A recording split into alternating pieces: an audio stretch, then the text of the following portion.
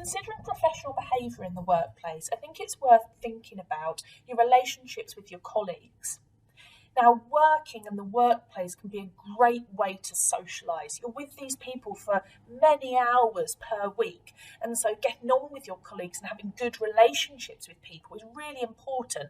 Like I say, it's a great way to meet people. So be prepared when you go into a work environment to have small talk and have these conversations with your colleagues, your line manager and your manager. Often we joke about how's the weather and so on, but it's a great conversation to get the day started at work. So work is a great place to meet people and to make new friends. However, do remember it's a professional environment. We are here to work and we're being paid to work, and we should undertake that professionally. So do think about that before you start on certain conversations. Make sure you consider, is this a professional conversation and something that is appropriate for the workplace? If the answer is no, just don't have that conversation. Hi there. My name's Tim.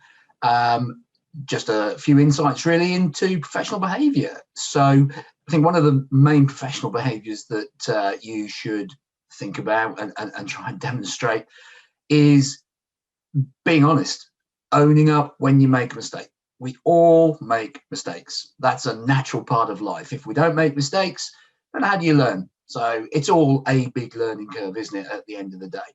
So I would advise, if you know you've made a mistake, something's gone wrong, you're aware of having done something that leads to a problem later on, don't ignore it.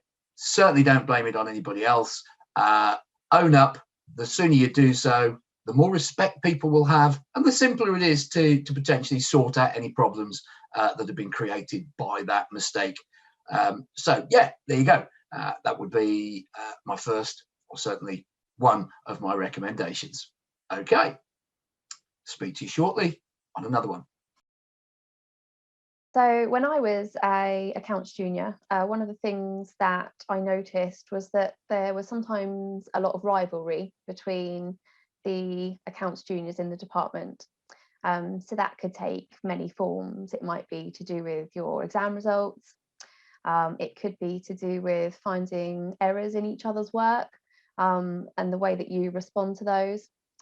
And I think it's worth keeping in mind that, you know, you all work for the same business and you're all working as part of a team.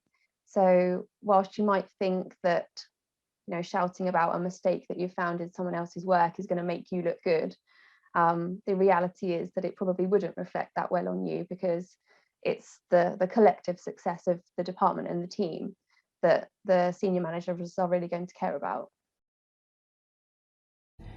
So when thinking about professional behaviour, I really think it's worth thinking about how you use your mobile phone. It's a great source of technology to have your mobile phone, but really in the workplace setting, you should not be on it other than at breaks and at lunch.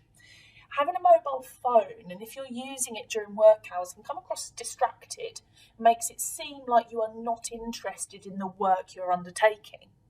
At the same time, having that distraction means that tasks will take you longer. You know, if you stop every 5 minutes to reply to a text or see what's happening on social media, it means how long it's taken you to finish a task for your supervisor or manager will be extended.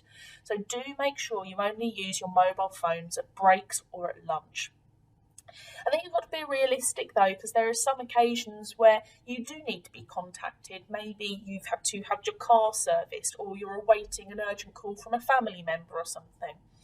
In which case, just let your line manager or your supervisor know that you're expecting a call and you may need to go onto your mobile phone to take that call at some point. That way, when it happens, your manager won't sit there thinking, oh, they're going on their phone or whatever. They'll think, oh, they're responding to that call that they've already informed me about, and they're comfortable with it.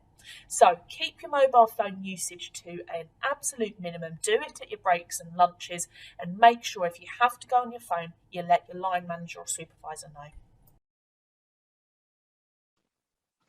Hi there, my name's Tim. We're having a quick chat about professional behaviours today. And certainly one of the things that I would suggest that you should look after is punctuality. There will be meetings that you will need to attend. They could be, let's hope so, fairly soon. Face-to-face meetings. You may be attending a Zoom or Teams meeting. You may be attending college for professional development, technical training, all of those kind of things. Everybody expects you to be there on time. Don't be late. A stitch in time saves 9. Get there on time, and avoid any negativity that would be created by you just not being around when you should be. Okay, we all, at the end of the day, sometimes have challenges which mean you can't get somewhere on time. So fair enough, yeah, you break down, a train gets stopped, something like that. We'll accept that those things are a fact of life at the end of the day. But you can always call ahead. Let people know that you're going to be late. Tell them why you're going to be late. Create that expectation that you'll be late, rather than just leaving it and rocking up 15, 20, 30 minutes late. Okay, so stick to your timetable. If you're going to be late, let people know about it, and make sure that you don't do that on a regular basis. Just phoning ahead and making an excuse, okay if there's a genuine one, but don't lie about it. Get there, be regular, be on time, but phone ahead if you do face some kind of issue. Okay, there you go. Be punctual.